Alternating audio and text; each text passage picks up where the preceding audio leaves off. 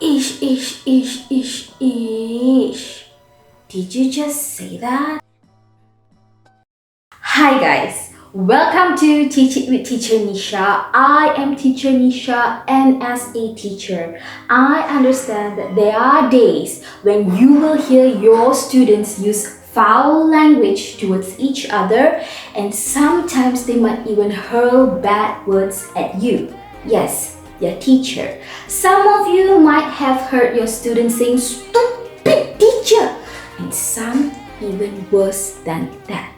I understand. The moment you hear your students saying words like this, you get all riled up, you become all angry, because why not? You're the one who's sacrificing your lunch, your pocket money, your time, just to make sure these kids get the best form of education possible, and here they go calling you Mr. Dum Dum. So of course you get angry, and all of this anger will lead to very poor decision making skills.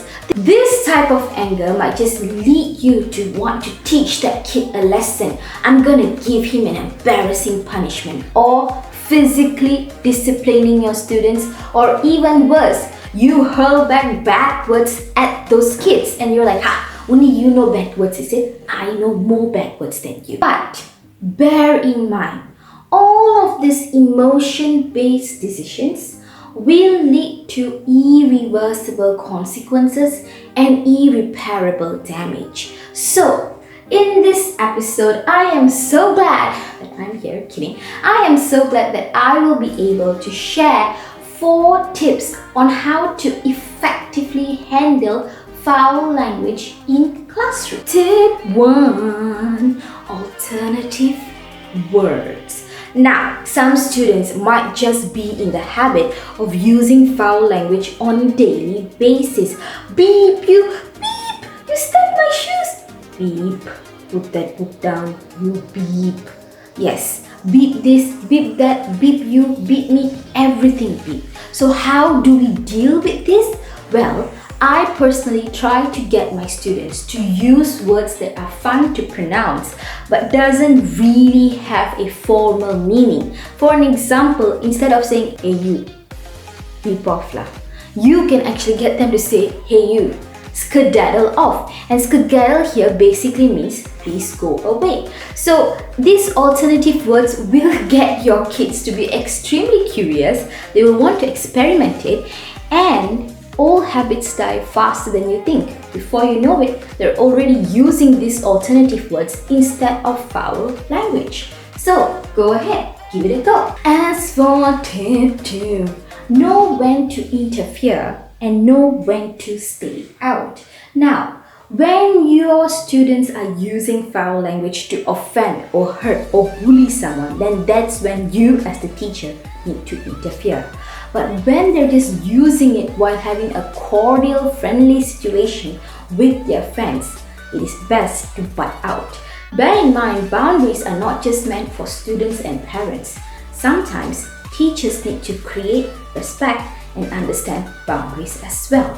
If you feel that those kids are just having fun with the language, frankly speaking, save your saliva and time. Do not interfere, because you can go in and be like, "You kids, how can you use all these words? My God, you are all good kids. Please don't use all these words." And your kids probably will look at you and be like, "Okay, miss, we won't use this word anymore. We're saints." But the moment you leave that space, they're going to look at you and they're going to say, "That teacher is a pak sibuk. That teacher should mind her own business. That teacher needs to find her own life." And they're going to slip back into their use of foul language, which is why it is very important for all teachers to understand when to step in and when to stay out. Tip 3. Wacky punishments. Now, when you encounter a situation where there is a heated argument going on and all of the students are using beep you, beep this, beep me, beep my dog, beep everything, and you want to control the situation from being escalated into something even further and worse, The one thing you can do is control them and then get them to do wacky punishments. Yes, punishments such as get them to do jumping jacks while giving them tongue twisters, get them to go and paint murals on the wall, or my personal favorite, get them to go into the toilet and say those words in front of a mirror so they will know how ugly they look when they are saying all of this foul language. The reason being is you want them to redirect all of this negative energy into something positive. This way, you prevent World War III from happening in your school, and you get to talk to the kids and find out what exactly induced the situation when they are in a neutral state of mind. Tip 4. The swear jar. Now, when all of the other methods fail, the best thing you can do is get those kids to pay for their foul language. And I'm not saying 10 cents, 20 cents, 40 cents, that's child's play. I'm talking 10 ringgit or even more every single time they use a bad word, because students need to understand they have a hefty price to pay when bad words are at play. Also, keep track of the amount and let them know how much their filthy mouth have cost them, so that in the end they will think thrice, 4 times, maybe even 5 times before cursing or swearing. So teachers, that's all for now, and I truly hope that these tips will help you deal foul language effectively in your classroom. I know for certain it has helped me.